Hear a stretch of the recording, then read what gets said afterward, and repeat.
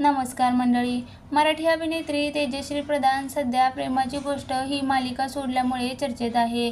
तिने मालिका का सोडली याच्या वेगवेगळ्या चर्चा सध्या सोशल मीडियावर सुरू आहे.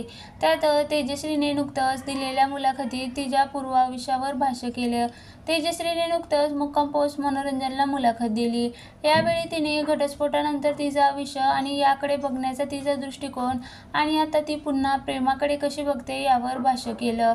अशा घटना जेव्हा तुमच्या आयुष्यात घडतात तेव्हा तुमचा देवच तुम्हाला त्याला सामोरं जाण्याचं बळ देतो. जेव्हा तुम्हाला नाही वाटतं की हे चुकीचं घडतंय तेव्हा तुम्हाला ते बळ येतं आणि तुम्ही ते करता. पण आज जेव्हा मी या गोष्टीकडे मागे वळून बघते तेव्हा मला खूप कठीण वाटतं. ते बळ तुम्हाला त्या परिस्थितीनुसार मिळतं. त्याची गरज संपली की ते कमी होतं. बाकी मी खरं सांगू का, 2 चांगली माणसं प्रत्येक वेळी चांगले लाईफ पार्टनर असू शकतील हे काही गरजेचं नाही. त्यामुळे माझ्या बाबतीत मी एक गोष्ट केली होती की त्या माणसाचा आदर राखून मी हे बोलते की माझ्या आयुष्यात जे काय घडलंय त्यासाठी मी त्याला जबाबदार धरणार नाही.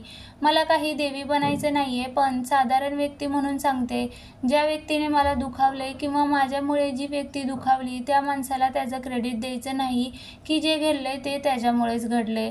जे काही घडलं ते माझ्यामुळं, माझ्या नशिबामुळे घडते. जे काही घडले त्यासाठी दुसऱ्याला जबाबदार धरून मी त्याला मोठं करते. माझं आयुष्य माझं आहे. जे त्याच्यात घडते ते माझ्या धाडसाने घडते.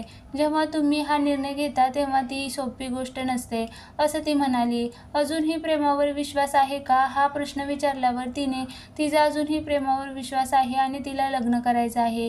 तिने चांगले फोटो सोशल मीडियावर शेअर करायचे आहेत असंही म्हटलं आहे. 2015 मध्ये तेजश्री आणि शशांकचा घटस्फोट झाला. त्या दोघांनीही होणार सून मी या घरची मालिकेत एकत्र काम केले होते.